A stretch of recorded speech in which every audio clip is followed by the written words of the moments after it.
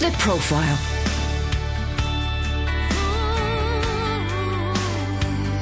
You're listening to Premier Christian Radio. Where faith comes to life. Well, hello and welcome to The Profile here on Premier Christian Radio. I'm Sam Hales, and this is the show where we interview a different Christian about their life, faith and work every week. And just before we get started on today's programme, there's just time to let you know this programme is brought to you in association with the magazine that I help edit. It's Premier Christianity magazine, and you can get yourself a free sample copy from our website right now. Just head over to premierchristianity.com/free sample. Now today, my guest is Peter Stanford. He's a journalist and broadcaster, former editor of the Catholic Herald. He currently publishes features for the Daily Telegraph, and his latest book is Martin Luther, Catholic Dissident, and it's published by Hodder Stoughton. Peter, welcome to the programme. Thank you. So there's been many biographies, obviously, of Martin Luther, one of the leading figures of the Reformation. What made you want to write another one? They say sometimes there have been more books written about Martin Luther than anyone else other than Jesus, really, Wow. which is quite a claim. Several things, really. I mean, in terms of there being so many already, what I thought was Luther, certainly kind of in the English-speaking world, has become sort of the preserve of kind of other Lutherans, really. And not that that is a bad thing. Mm-hmm. And obviously one wants to celebrate the sort of founder of your church or whatever, but it felt very excluding when you read them, and very kind of uncritical in lots of ways. And the other group who write about him a lot are academics. Now, again, wonderful thing.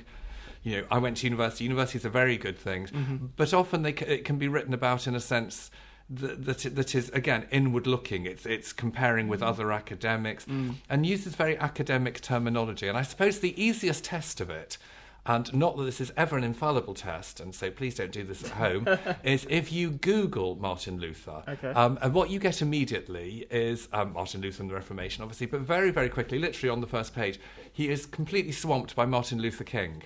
Right, okay. So, yeah. And I think that's partly because people very easily and readily understand the relevance of Martin Luther King in terms of what's going on in the world, whereas Martin Luther seems a bit dusty and distant, really. Yes. And, you know, I can't count the number of times people have said, "Oh, what are you writing about at the moment?" And you'll go, "Oh, Martin Luther," and they go, "Oh, yeah, no, yeah, Southern United States, kind of civil rights." You go, no. And obviously Martin Luther King was named after Martin Luther. Martin Luther King was born Michael King. Right. And in 1934, his father went to Germany to a Baptist ministers' conference and found out about Martin Luther and thought he was such a great man that he renamed his son. Wow.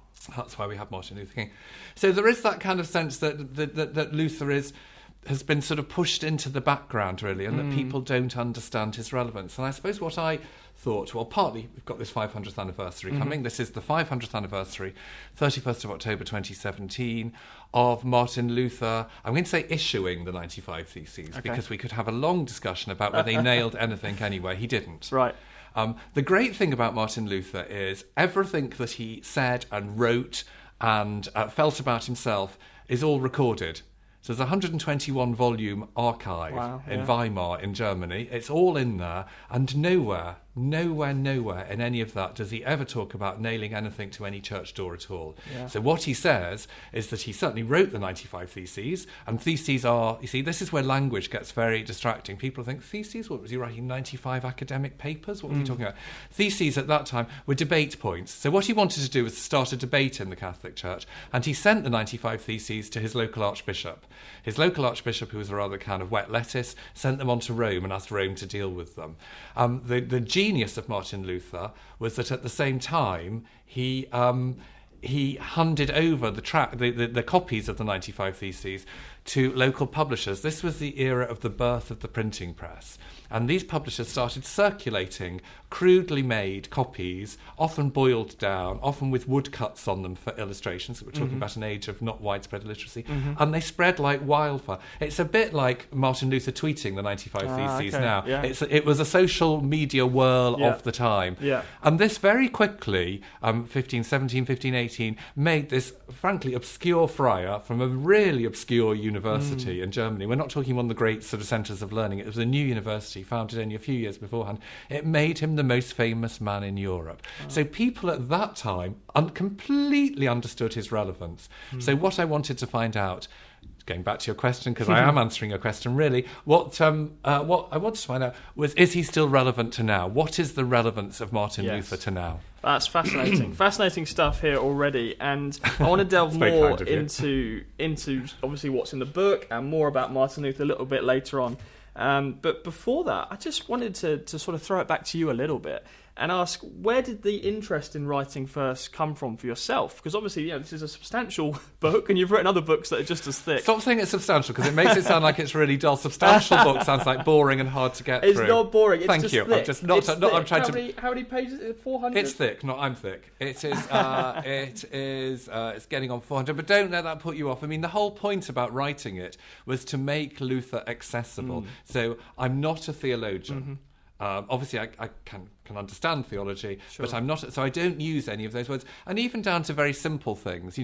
One of the things Luther did in terms of changing what Catholicism did was he cut down from 7 sacraments to 2. Lots of people in 21st century Europe have no idea what a sacrament is, so you need to explain that. Yeah. And, when you get onto the really complicated things, the thing that Luther is most associated with, justification by faith alone. People have no idea what that could possibly mean. So this is a book very much written so people who are interested in Luther will understand. There are the difficult words are there, but they're all explained. Very good, very good. So what was it about writing and journalism? When was that first? When did that first grab that's a you? long time ago. I sometimes give talks in schools, and they sort of say, "I want to be a journalist." What made you want to be a journalist? I mean, I could give you the prosaic answer, or I could give you the practical answer is I left university and I think I wanted to be a theatre director. So I went back to my parents' house and settled in and waited for someone to come and knock on the door and say, "Please come and be a theatre director." And nothing happened. So it was the summer holidays and I needed a job. So I came down to London, and a friend of my brother's gave me a temporary job in the post office, the post room of a big city insurance company. And it was great because, it really wasn't very much of a strain. And I was in a big capital city and life seemed full of possibilities. And then it got to September and everyone else I knew was disappearing off to get a job. And I didn't have one. And then the guy who ran the post room came to me and said, "Look, you've really grasped what we do here very quickly. You could have a career here in the post room." And he thought, "Oh, God, is that my future?" So I started looking in, sheets that my University Appointments Commission used to send out. And there was a job advertised for the Tablet, a Catholic weekly.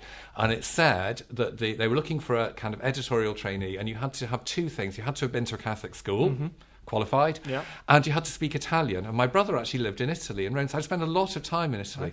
And I was really good at things like beach Italian, bar Italian, street Italian, restaurant Italian. I think I'd even worked briefly on a radio station, an English language radio station in Rome when I was out there one summer. So I could do all of those things. I got the job, marvellously. Arrived on the first Monday morning, and the reason they wanted someone who could speak Italian was they had the daily version of the Vatican newspaper, which is called the Osservatore Romano, which was all in Italian then. And they were all stacked up on my desk waiting for me to arrive, and I opened them, and my Italian really, really wasn't up to that. So I fell into it for prosaic reasons, but I suppose for practical reasons, but I think in a more prosaic sense, what I feel very, very, very passionately about is the power of words. I love words. One of my excuses for being terrible at other foreign languages is I think you can only know one language in and out. So, any word that you might use now or that I might use now, we might use them differently. Words work in all sorts of ways, and the way you can put words together and make something interesting couldn't be more fascinating, and I remain completely enthralled by it. Absolutely. I mean, when I call your book substantial, I mean one thing, and clearly you thought another. So it just proves your point. Well, if you call me substantial, I'll take it really badly, because that just means I'm fat. You mentioned you were raised a Catholic, I guess. You went to Catholic school. Absolutely. Do you look back on your upbringing with fond memories? I do now. Not at the time. Well, I don't think at any stage, any teenager loves their upbringing. I was brought up in Birkenhead, near Liverpool. My mother was of Irish origin, so big Catholic family. member of our Catholic parish. Everybody we knew was Catholic. So our dentist was Catholic, our doctor was Catholic. You know, at the end of my first term at university, my tutorial partner, I remember turning to her and saying, "So what are you doing for Christmas, Kate?" And she said, "Oh, I don't really know when I'm going to go and stay with my mother or my father." And I said, "Oh, do they not live together?" And she said, no, they're divorced. And that was the first person I'd ever met whose parents were divorced. Really? So I grew up in very much in a sort of Catholic bubble. I went to a Christian Brothers school. People always say, "Poor you," when I say that normally. I mean, the Christian Brothers have a terrible reputation for all sorts of reasons we don't need to go into now. I quite liked them, actually. I mean, at the time, obviously, you know, and afterwards, when I'd left, I used to kind of rant a bit about them and write rather unpleasant articles about them. Really? But actually, you know, here I am doing what I want to do, and I think I owe quite a lot of that to them, really. So if there's a Christian brother listening, I don't think many of them left anymore, thank you, brothers, for doing that.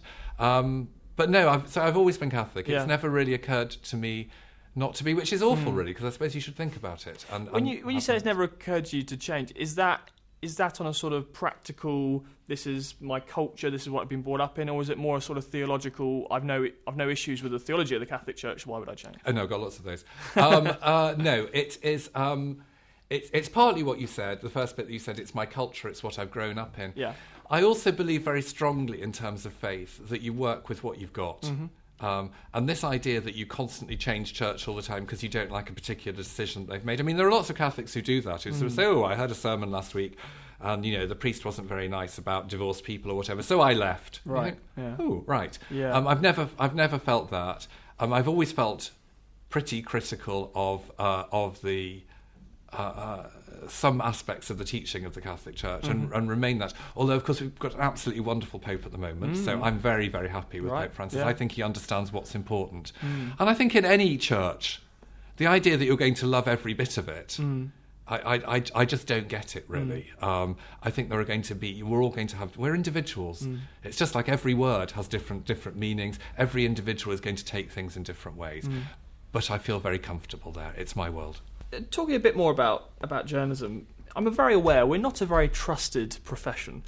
But I've often thought, and you know, you talk about your sort of strong Catholic faith and background and how that, you know, that mixes in with your career as well. It seems to me that journalism at its best has a very high regard for truth, and certainly the same could be said of any kind of Christian faith, Catholic or otherwise, that truth is very central. So is there a kind of natural tie in there with, when it comes to reporting and seeking truth, hopefully in a positive sense within journalism, there is an element of Christian faith that underpins that? Gosh, that's an interesting question. I think it's probably true. I've never really thought about it in that sense. I mean, some of the journalism I do is around faith. A lot of it isn't. So, you know, at the Daily Telegraph, I write interviews, I go out and report on things. And, you know, some of those... Actually, what I find really interesting often in interviews, you'll be sitting talking to somebody and they'll be telling you about their latest film or their latest whatever. And they'll just use some sort of phrase in there, and I can never help it. And they say, "Sorry, are you Catholic?" And they say, "Oh, yeah, actually, I was brought up Catholic." It's sort of... I don't know whether it happens by serendipity or somehow I'm meant to have those conversations. So... I hope as a journalist, I can promise you I've never hacked anybody's phone. I've never put my foot in anybody's door. Okay. And actually, I am the journalist. God, I actually hope the people who employ me don't hear me saying that. I'm the journalist often in an interview if people say something that is so exposing that they're going to get roasted for saying it afterwards. I leave it out because I don't think... I mean, some people I leave it in. It depends really if they've sought the interview and they're desperate for publicity. I think sometimes...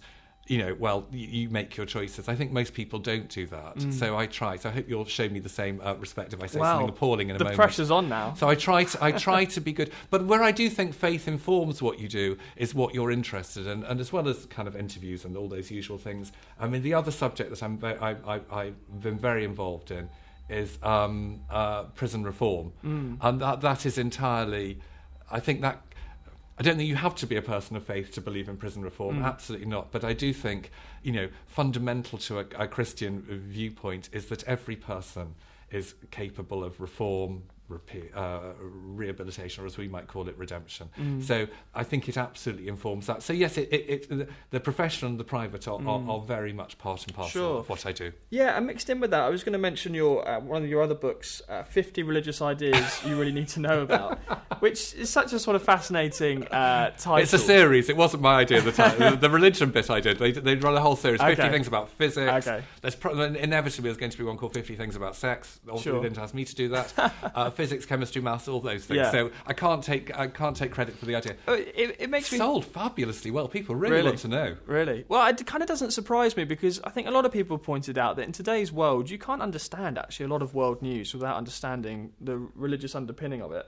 And so is that this? I mean, I'm sure you didn't write that book with journalists in mind, but is there an issue here in the media, in the world we work in, with religious literacy, with not always understanding the religious underpinning of a story? Massive one. And it cuts both ways, really, because I think people don't understand. And so, in one sense, I benefit from that, because newspaper editors think, oh, this is about the Pope. Now, we couldn't write about it ourselves because it's just so complicated. So we'll get this man to write about it. And that's great. It's great for your career. That's kept me going for the last, I'm not going to say how many decades. That's kept, because we're radio and they can't see. Oh, no, there's a camera here, isn't there? So I think that is good. But actually, the net effect of that is that it pushes religion to the margins from the public square. Religion is like everything else. It's a bit like people say to you, so my kids go to Catholic schools. People say, so what, do they learn about the catechism? Do they learn about contraception? Do they go to mass all the time? You go, no, they learn about physics, chemistry, math. I mean, Catholicism is, for me anyway, and in a school, it's about an ethos. It's about an approach to life. It's not about a specific subject. And I think that understanding of the place of religion in the public square, is the phrase that we use at the moment, has slightly been lost. People of faith can contribute, and we weren't helped by people like Tony Blair, waiting till he left office in order to become a Catholic, and Alistair Campbell, his press secretary, saying we don't do God. Actually we all do God, because we all live in a country, in this country at least, where our laws have been shaped by Christianity. Why does the state endorse marriage? Why do we have all sorts of rules and regulations around things? It is because we come from a Christian heritage, and actually if we understood that, we might get on rather better. People still love walking around old Anglican churches in the countryside, but they have absolutely no idea what they're looking at. And it is extraordinary. And the classic thing, the awful thing, all those polls that they do every Easter, where they ask a group of 18-year-olds, what happened on Easter at Easter, and they get terribly confused around, was Jesus a chocolate bunny? Was he kind of, it is dementing. We should at least understand those roots of our of our society, and that's part of the exile of religion from the public square. Partly its own fault, it has to be said. Partly because of the way it has behaved in the past. Partly because people associate it with bullying and scandal and abuse, and that absolutely is part of the story. Let's not look away from that. Christianity, particularly associated with anti-Semitism across Europe. Appalling. There's no excuse for any of it, but it doesn't mean that it's all bad. There is good and bad in everyone. One of the things about kind of what we do here at Premier, and talking to a wide range of Christians from across the denominations, and of course our listeners across the denominations, is seeking to understand where different Christians are coming from. And it strikes me that what you were just saying about people having all these misconceptions about what happens in Catholic school, there can be just as much misconceptions within Christianity, perhaps what Protestants think of Catholics. Have you encountered any of that? The kind of questions you might get asked, or the assumptions that are made from other Christians who don't share your Catholicism, who are perhaps a little bit perplexed or need setting right on what you do or don't believe or practice? Yes. I mean, the classic example, obviously, is the Jehovah's Witnesses knocking on my front door and saying, could they talk to me about Jesus? And I sort of say, I'm Catholic. And they say, yeah, but what about Jesus? And well, what exactly is it you think we believe in? And I think the Catholic Church in particular is sometimes thought rather odd in that way. And I think that's quite English. I think that's to do with the Reformation here and the persecution of Catholics from Elizabethan times. I mean, through to 1829, Catholic emancipation, 1850, restoration of the Catholic hierarchy here. I think Catholics have always been thought of as a kind of fifth column, and people don't really trust them. And of course, you've got all that in that awful Opus Dei Da Vinci Code thing, right, which made everyone think we've spent all our time whipping ourselves and and trying to set up a theocracy. So there's a lot of kind of ignorance around Catholicism. And part of that, I think, is to do with Catholicism's own arrogance, and that brings us back to Luther. You know, the way the Catholic Church treated Luther was arrogant. You know, Pope Hadrian VI, instead of saying, oh, he might have a point here, or he seems to have attracted an awful lot of people who agree with him, he called him this petty monk, and they just kept dismissing him. They wouldn't listen. And actually, that's what... The really important thing, the reason the book is called Catholic Dissident is that Luther died thinking he was still a Catholic. Right. And although his reputation is for intransigence and refusal to budge, he actually wanted to come to some accommodation. I mean, to be fair, he wanted the Catholic Church to if you think of the gap between them as a mile, he wanted the Catholic Church to go 9/10 of the mile to meet him. Yeah. But he still felt that. And the net result after his death of the wars of religion is that not only do you have this terrible fracture through Christianity, but it's a bit of a kind of Berlin Wall. So for 450 years, Catholics and Lutherans just didn't speak to each other. Catholic writers continued to write nonsense about Luther, about what he did, that his mother was a prostitute, and just vile nonsense. And the same sort of, Luther's own language about the papacy. He called the Pope the Antichrist, he called Rome hell. You know, that shut the different religious groups off from each other. I think we live in much better times. And of course, the great symbol of this is that the 500th anniversary of the 95 Theses is being jointly organised by the Catholic Church and the World Lutheran Federation. Yes. And they say they agree on everything now. And they're having a joint festival. I think that's good because, we live in a world where the popular conception, when they do think about religion, is that religion causes wars and divisions. And actually Luther is part of their case, that, when he died, there was 100 Years' War, devastated Germany, terrible time. But here we are, 500 years on, and they're doing everything together. So these wounds can be healed. And if you think of the other great wounds in other faiths, think about Islam and the split between Sunni and Shia, things would be so much better if those things could be brought together. So here, in Luther and these celebrations, it's an example of religion as a healing thing. Yeah, and you've written, of course, not just about Catholicism or Christianity, about a number of different religions. You mentioned the Sunni-Shia divide, because there has been talk of Islam needs its own reformation. So just as Christianity had this reformation and things dramatically changed, in many cases for the better, Islam needs this, and if there could be a reformation theologically within Islam, that would stop some of the extremist forms of Islam that we've seen. Would you agree with that? It's really, really not for me to tell Islam what it needs. But I think what we absolutely have to be careful of thinking is that the actions and the statements of a few extremists actually represent what Islam itself is. The Quran is actually quite a difficult book to read, but it is really, really worth the effort if you pursue it. I mean,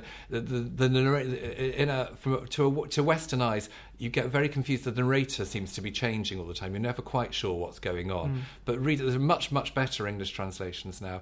Read it, and actually, the thing that strikes me reading the Quran is it's so like the Judeo-Christian tradition. I mean, they are so close to each other, all of them. I hope that isn't insulting to anyone who's listening. They're very, very close. And we really ought to understand that 99% of Islam is the best of Islam. I mean, it's a bit like people judging all Catholics by the monk in the Da Vinci Code and assuming that we've all got scars on our back because we spend all our time madly whipping ourselves. Yeah. You've got to get these things in perspective. So we need to know more about Islam, and what we hear at the moment is very, very distorting. We're going to talk more about the book, obviously, Martin Luther, Catholic Dissident, in the second part of this interview. I just wanted to finish, though, by asking if you're going to be marking the Reformation. We mentioned it's going to be October, really, a lot of the celebrations. Will you personally be marking the Reformation in any way? Are you looking forward to some of the things that will be happening later this year, or is it just a case of staying in the UK and sort of promoting the book? You won't be going over there yourself. It's a bit difficult, isn't it? In that, so one of the things they've issued, the Catholic Church and the World Lutheran Federation, to celebrate this anniversary, a whole series of joint liturgies that they want people to do. Right. There are only about 3 Lutheran churches in the whole of Britain. So I could go to Germany. I spent quite a lot of time in Germany researching the book. There's a possibility. Haven't decided on that yet. I think I would probably very much like to go to a Lutheran church. Be interesting, wouldn't and it? experience that. Yeah. I mean, one of the things, I think I write about it in the book, when I was in Wittenberg, which is the town that Luther spent most of his life in, we went to a Lutheran service in the Stadtchurch, which is the church in the centre of Wittenberg, where Luther gave most of his sermons. It was his favourite church. And there was a lovely American Lutheran from Minnesota, I think he was from, who led the liturgy there. And actually, the thing that I felt most strongly about it when I was sitting there, my son was with me because he took some of the photographs in the book. I just sort of turned to him and said, "It's a bit like being in our local Catholic church, isn't it?" I mean, it was it was hard. I mean, clearly there are differences. Yeah. The Reverend Cliff was married. Mrs. Cliff was in the front row, leading. How mighty is a mighty fortress is my God. She sang us that in a cappella, which is pretty impressive. You don't get that very often in the Catholic Church. But in nearly every other way, they were the same. So I think if we could experience the everyday, the routine sameness of what we are, we might get over some of these suspicions of each other. How interesting. Well, that brings us to the end of part 1 here on The Profile, but join us again after the break, because I'm talking to Peter Stanford. He is the author of Martin Luther, Catholic Dissident. It's a book out now. It's a biography of Martin Luther, published by Hodder Stoughton. We're going to be talking more about Peter's own life and also about this fascinating figure of Martin Luther in the 500th anniversary year of the Reformation. So join us again in part 2 for more. We'll be right back. The Profile.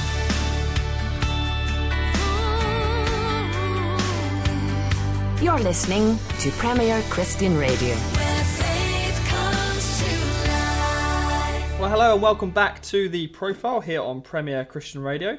I'm Sam Hales, and today I am speaking to Peter Stanford. He's a journalist and broadcaster, former editor of the Catholic Herald, and he currently writes for a number of newspapers and magazines. His latest book, though, is Martin Luther, Catholic Dissident, and it's published by Hodder Stoughton. And Peter joins me in studio now. Peter, welcome back. Thank you. Great to have you with us to talk through this fascinating figure of Martin Luther. I guess when most people think of the Reformation and of Martin Luther, they probably do think of this guy nailing 95 theses to this door of this church in Wittenberg and this Reformation beginning.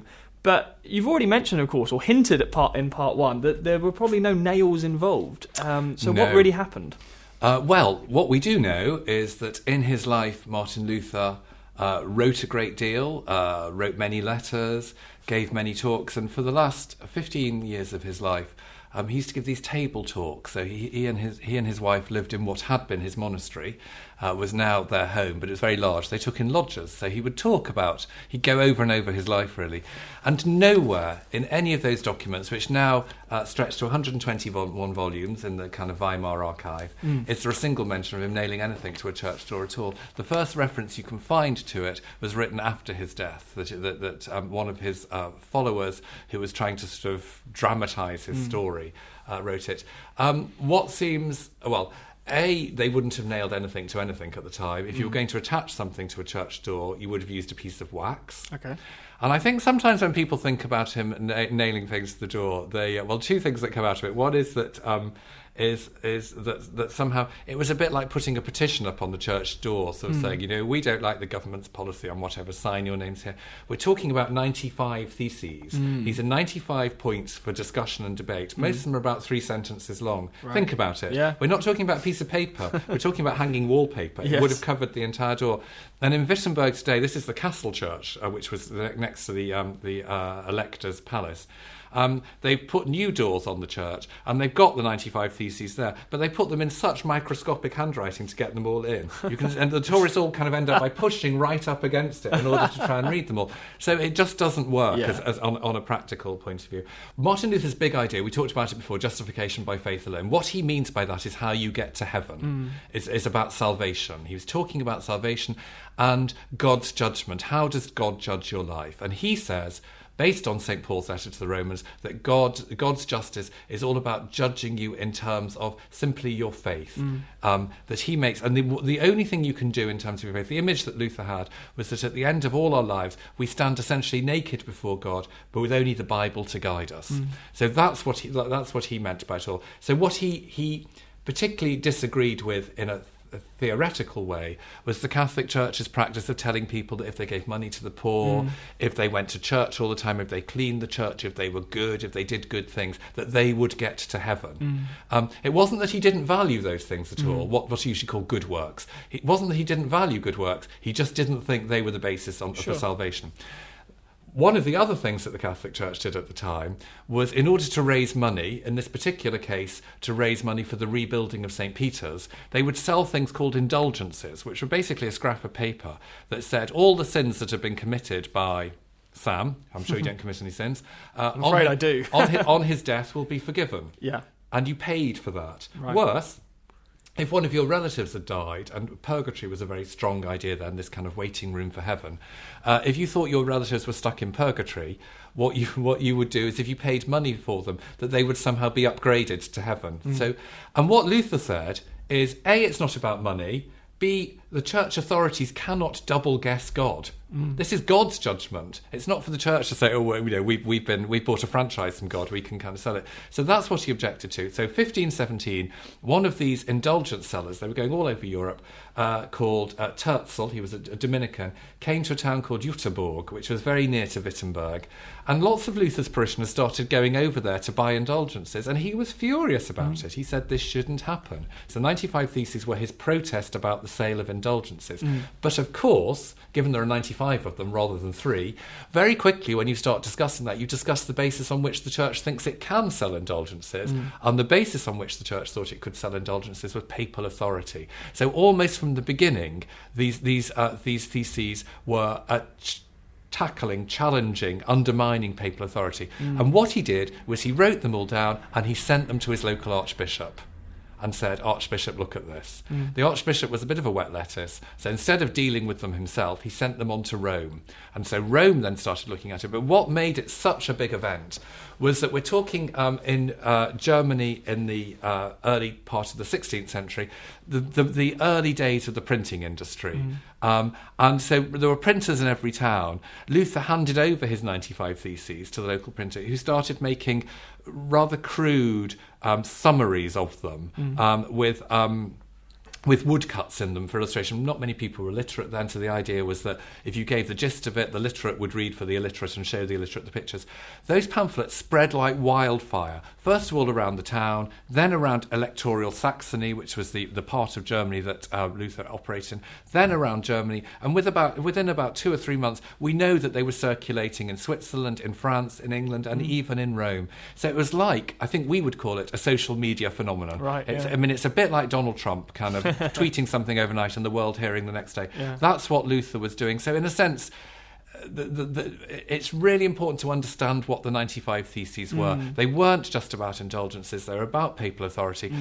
But in a way, they touched a nerve, because in Germany at that time, a lot of discontent about the arrogance of the papacy, sort of fleecing Germany to build buildings in Rome, treating the Germans like they were the sort of poor cousins. Also a lot of socio-economic discontent in Germany at the time. This is the period of the kind of real birth of the money economy, of capitalism. Suddenly money was coming into things and they were feeling their noses were put out of joint. They also disliked the fact that Germany was so fragmented with all these individual princes who in theory were subject to the Holy Roman Emperor, who was appointed by the Pope, but not really either. So he just touched. These were the discontented. I mean, again, there is an awful parallel here between Martin Luther and Donald Trump in lots of ways, in that Luther was a populist. Right. Luther touched on a deep well of discontent about people who felt left out by the establishment, felt disenfranchised, disempowered. And Luther used these alternative channels of publishing, of printed pamphlets, to build up a mass movement, which the whole establishment stood against. And of course, one of the things that he wanted to do in his pamphlets was he thought Rome was hopelessly corrupt. He said he wanted to drain the Vatican swamp, as it would be, as Trump might put it. And so it's interesting, those parallels, isn't it? Wow. Particularly at this moment. You just see him, and in the intemperateness of his language sometimes. So what would happen? So in 1521, the Catholic Church having treated Luther with great arrogance already, decided they were going to excommunicate him. So they sent him the bull of excommunication. And I think most of us, I mean, obviously, hopefully I'm never going to be excommunicated. I think if I got a bull of excommunication, I'd go away and think about it and have a little, talk to a few people about it. Luther almost immediately got it and straight away wrote a tract which was called Against This Execrable Bull of the Antichrist. And just literally within the day, that was circulating through Europe. And it makes me think of Trump in the morning, watching the news headlines, thinking, I don't know, Meryl Streep, overrated, I'm going to send it out on Twitter, without thinking. Yeah. He wrote in anger, Luther, a lot of the time. Many of his more substantial documents, he would reflect more on what he did, but he wrote in anger. Lots of really interesting parallels. It's the relevance. I'm really, really keen that people see that Martin Luther is absolutely relevant to where we are now. That's really interesting, especially the Donald Trump connection. I was going to ask you about relevance. Perhaps for someone who isn't even a Christian today, why should they be interested in someone like Martin Luther? Perhaps they have no interest in religion. Is there an argument that Martin Luther had such a dramatic effect on Europe that this kind of resonates to this day in some way, and you should acknowledge this? What's the significance for someone? Well, threefold. The first two I'll mention very quickly. The first is that one of the things Luther believed very powerfully was that people should read Scripture themselves and not be told by experts, as Michael Gove might, bishops, priests, or whatever. So he translated the Bible into German. At that time, the Catholic Church was insisting the Bible was always in Latin, so people couldn't read it. It was inaccessible. And his translation of the Bible, I'm afraid I'm not fluent in German, even by the standards of my own Italian that I mentioned before. I'm not fluent in German, but I'm told that the language that he used in the Bible is absolutely comprehensible, but also very beautiful as well. And so he is credited by most modern German scholars with sort of inventing or codifying the German language. And he made, Lutheranism was a religion of the book. The Germans buy more books per head of the population than any other nation in the world. Really? So did Luther make the Germans very bookish? So he's relevant to them in that way. There's also an argument that says that the Protestant work ethic, that we all vaguely know what it means, was born in Germany at the time of Luther. That was part of Luther's contribution. So Luther, in a sense, turned the world capitalist in that way. And there is Germany, powerhouse of Europe, certainly economically. So there's a relevance to think about and debate. But I think the most important thing about Luther, and it comes back again to this idea, well, he called it sola scripturum, only Scripture, that you would read the Scriptures. So take the sacraments.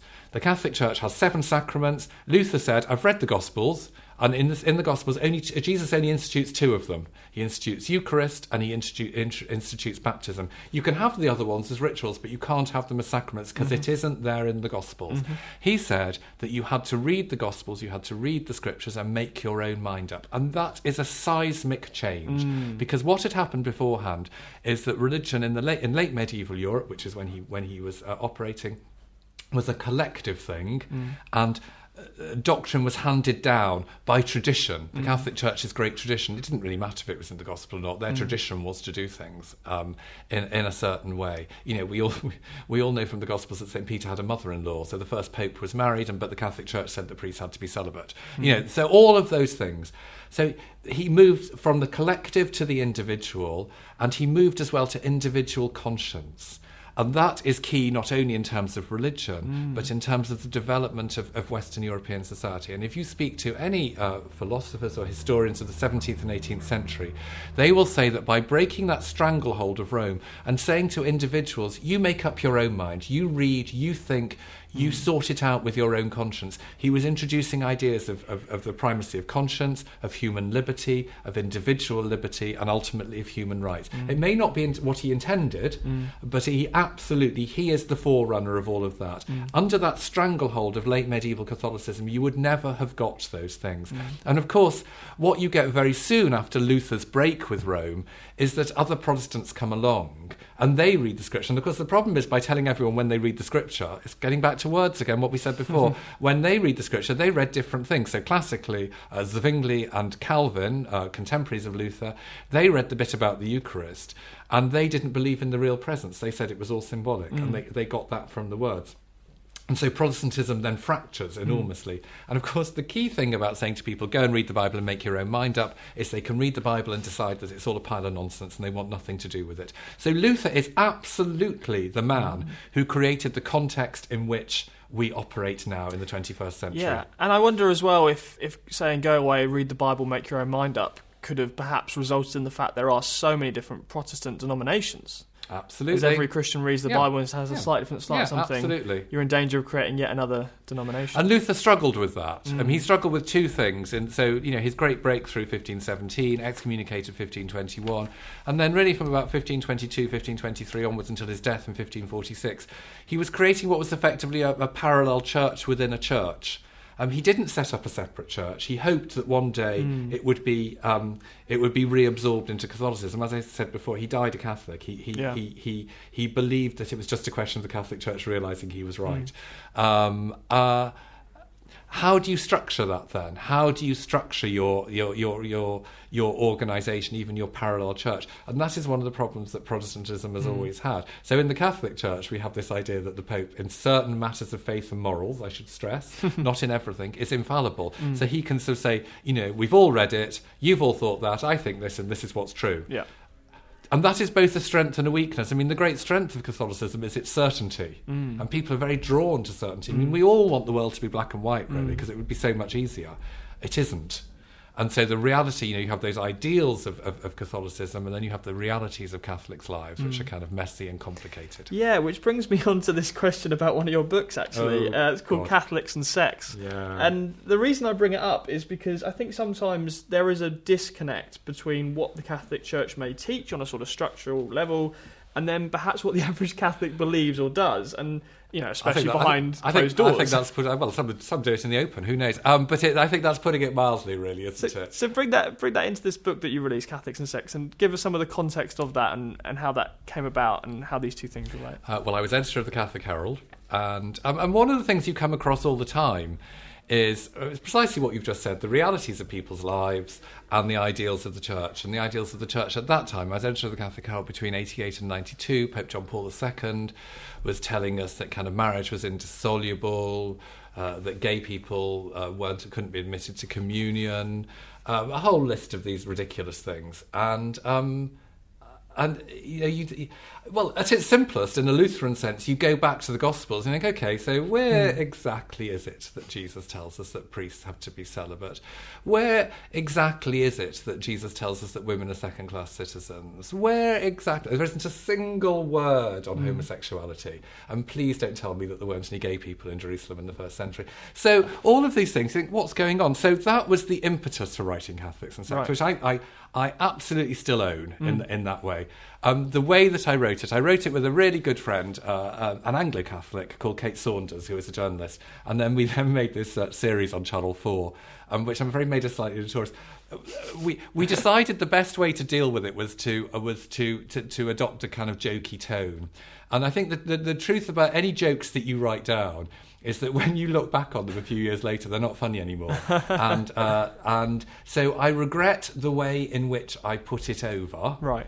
I don't regret the argument that I was making at that time, and I do think when we talked before about why is religion regarded with suspicion, there are 1,001 things that my own church and many other churches as well, but in my case what I know most about is the Catholic Church, does around the world, which are absolutely brilliant. So, for instance, for the Telegraph, I went out to Argentina, went round the shanty towns that Pope Francis used to visit when he was Cardinal Archbishop there, and looked at the work that he was doing. And there is a sense in lots of places that I've visited, I used to do lots of trips with CAFOD, the Catholic Overseas Agency as well, you would go to places which literally were at the end of the world, where they had nobody else who was standing up for them, and the churches were there supporting those people, and that is just brilliant, and that is what the gospel is about. That is what Jesus would have been doing.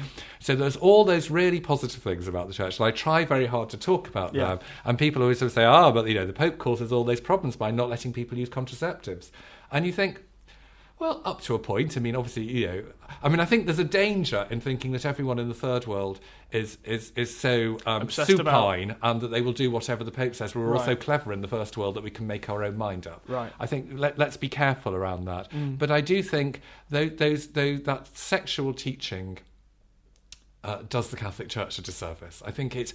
And actually one of the great things about Pope Francis is he talks now in terms of kind of mercy and compassion, meeting people where they are. So, you know, classically, I think it was his first overseas trip to Brazil. On the plane on the way back, one of the journalists said to him, so what would you say to if someone came to you and said, I'm Catholic and gay? And he said, who am I to judge?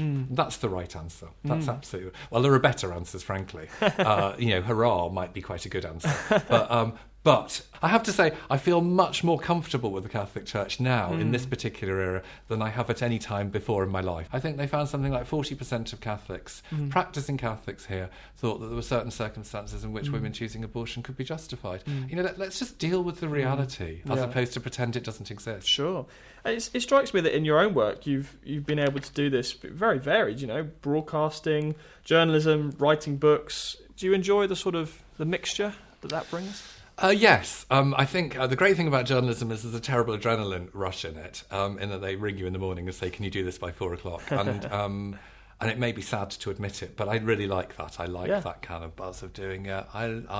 So journalism is great and often introduces you to subjects that you might find interesting, gives you a sense of what's going on. So that is all good. I love taking a longer, harder look at things. So books work very well from that point of view. And the other thing that I do is, I mentioned it just before, I run this thing called the Longford Trust. So years ago I wrote a biography of Lord Longford, in case people don't remember. Labour Cabinet Minister, died in 2001, but spent 70 years of his life visiting prisoners, and was very associated with one infamous prisoner, Myra Hindley, the Moors murderess. You met her, didn't you? I used to go and visit her in prison. You spent some time with her. What was that like? Odd. Well, I could say watch the film, because Peter Morgan made a film of my visits to Myra Hindley and about Lord Longford called Longford, with Jim Broadbent and Samantha Morton, and that is really about that in lots of ways. Did you befriend her in any way? Or? Yeah. Why wouldn't I befriend her? Well, should I not befriend her because she'd done a terrible thing? It's a good question. I guess some people would be shocked to hear that, because there is... She's a human being. Well, that's the thing, though. I think when a lot of people are notorious in that way, there's a certain... And some people blame the media for this. There's a certain sort of... Stop blaming... I mean, it's a circle. It's not a line. It's not people at one end and media at the other. We collude in it all. Let's get over that one. But the sort of idea that this person is in some way less than human because they've done a terrible thing, that is a common idea. I mean, in the public discourse, is a common idea, whether you blame the media for it or not. Well, I read the Gospels, and the Gospels tell me that no one is unforgivable. It really wasn't for me to forgive Myra Hindley. I hadn't suffered at her hands. I hadn't lost members of my family. And what was she like? She didn't look like she looks in all the pictures. That picture is always used for a very particular reason. So, and again, it's there in that Peter Morgan film, where I went to the visiting room and it's, I don't know if people have been to prison visiting rooms, but you stand there and the prison officer calls out the names of all the people to go into the next room where people are visiting. And I was sitting there thinking, oh, please don't say Myra Hindley. And of course you have to get up and walk through. And about halfway through, you know, Myra Hindley. And then you get up and literally everybody looks at you and you're going through for all the reasons you've just sort of said. Oh. Yeah. Anyway, so you go through and you walk into a room. I'm looking for a woman with blonde hair who looks like thunder. And I couldn't find her at all. And then I was wandering around. No one was helping me, obviously, because I shouldn't have been doing what I was doing. And then all the other visitors came in. There was only one woman left in the corner looking away. And she didn't look anything like that. She was intelligent.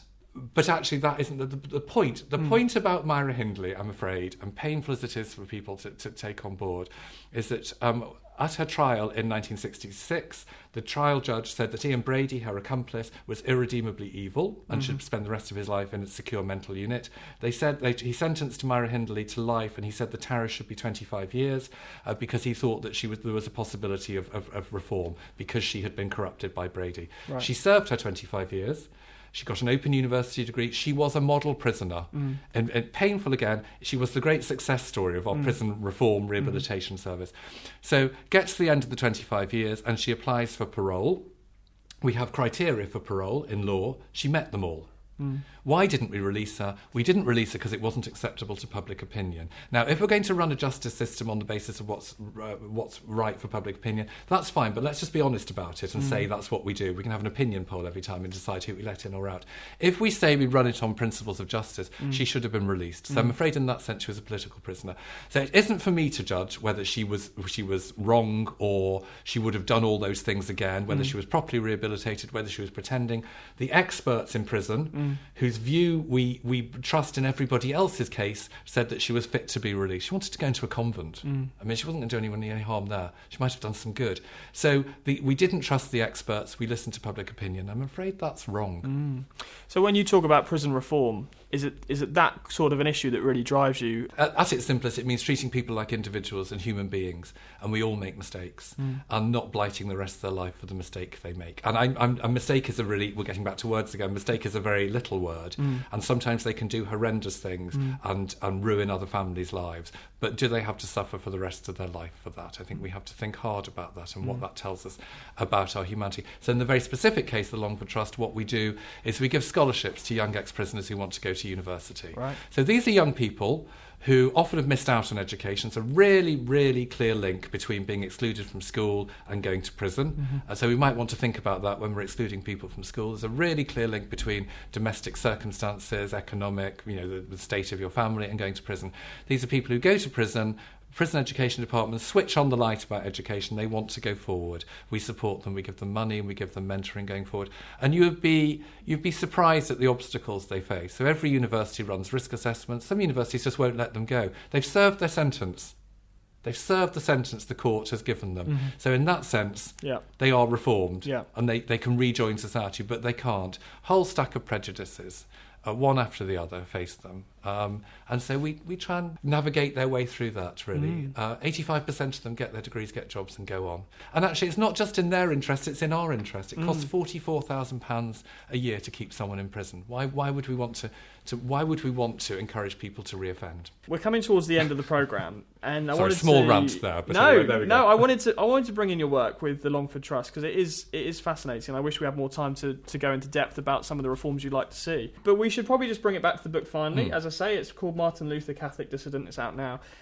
We are 500 years since the Reformation, and this is probably quite a big question to end on, but there does seem to me to be a slight debate going on as to whether particularly Protestants should be apologising for it or celebrating it. The Archbishop of Canterbury just earlier this year said something, and people were concerned that he apologised that the Reformation led to wars and conflicts, and we should apologise for that. And I think some people were slightly concerned that we shouldn't be apologising for the theological element, because what you mentioned before of justification by faith was hard fought for in a theological sense. So, is there this sort of strange debate as to whether this is something we should all be celebrating this year or something we should all be a little bit ashamed of? Actually, I was about to say they've been quite careful in not using the word celebration, but actually the events that are going on over the course of this year, the World Lutheran Federation and the Catholic Church are called a joint fest for Jesus Christ. Which sounds a bit naff, really, doesn't it? Anyway, but that's what they've called it. So I suppose the word fest has an element of celebration in there. I mean, I think what we should be celebrating is that they're working together on this. What we should be celebrating is Luther's courage and Luther's insight, which so shapes Christianity now. What we shouldn't be celebrating is the wars and conflicts that came afterwards. But let's just be really clear. Let's think about those rather than sort of say, oh, terrible, we should sort of not think about this. Let's think about them. Yes, they tended to pit Catholic princes against Protestant princes, supporters of Luther against. But actually, when you look through, 100 Years' War basically followed Luther's death. The sides keep changing all the time, and they change, and you end up with sort of Catholics and Protestants fighting Catholics and Protestants on other sides. Those were wars about politics.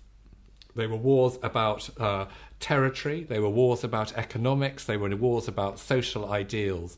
I think a lot of the time religion is blamed. Oh, religion causes wars. Wars happen for all sorts of reasons, and religion may be one of them. But I think the fundamental religious impulse is still towards kind of peace and compassion. Never do unto others what you wouldn't want done unto yourself. That's the golden rule of all religions. So that doesn't make us violent. So let's reflect on the wars, but let's celebrate this inspiring figure of Luther, who isn't dour and dusty, as people have said. He was incredibly charismatic in his day, which is why he was so successful. And let's celebrate the fact that we can all now work together as Christians. It's a wonderful place to leave it. Peter Stanford, thank you very much. Well, I'm afraid that's all we've got time for here on The Profile on Premier Christian Radio. I'm Sam Hales, and it's been great to have you with us. Just a reminder, you can go to premierchristianradio.com/The Profile to hear past shows and also get our podcast, which is now available. But now, here on Premier Christian Radio, it's time to say goodbye, and I'll leave you with Dave Rose, who's coming up next with Premier Playback.